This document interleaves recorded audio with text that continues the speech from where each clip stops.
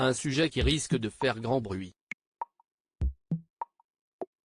Lundi 20 mars sur Twitter, France 2 a diffusé un extrait inédit du prochain numéro de l'émission Envoyé spécial.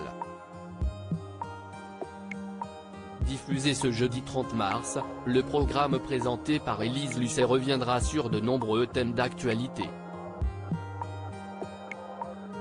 C'est notamment le cas de l'adoption de la réforme des retraites à l'Assemblée nationale, mais aussi d'un autre sujet on ne peut plus sensible, la cocaïne et les drogues au volant.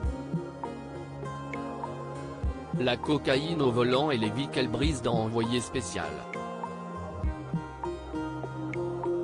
Après l'accident provoqué par Pierre Palmade, enquête sur ces chauffards drogués de plus en plus nombreux sur nos routes et inconscients des risques qu'ils prennent, a ainsi indiqué la voix off dans la vidéo promotionnelle publiée sur le célèbre réseau social.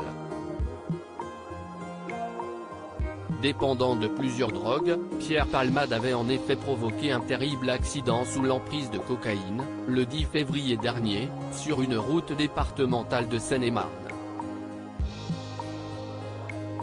L'humoriste de 54 ans, qui a été remis en liberté et placé sous contrôle judiciaire le temps de sa convalescence, avait percuté un autre véhicule.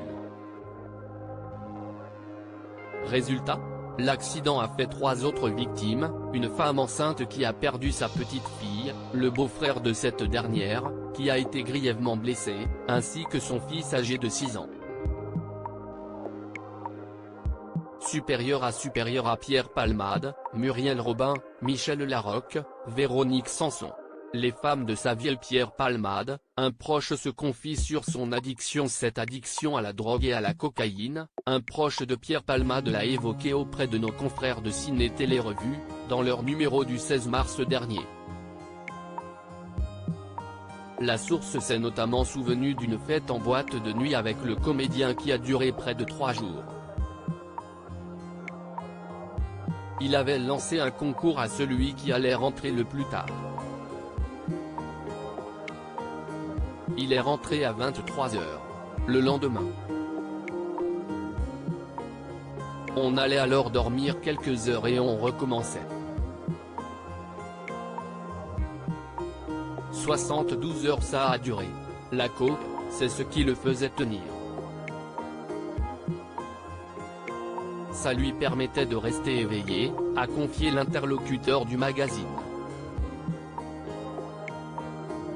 Article écrit en collaboration avec 6 médias. Crédit photo, Bestimage.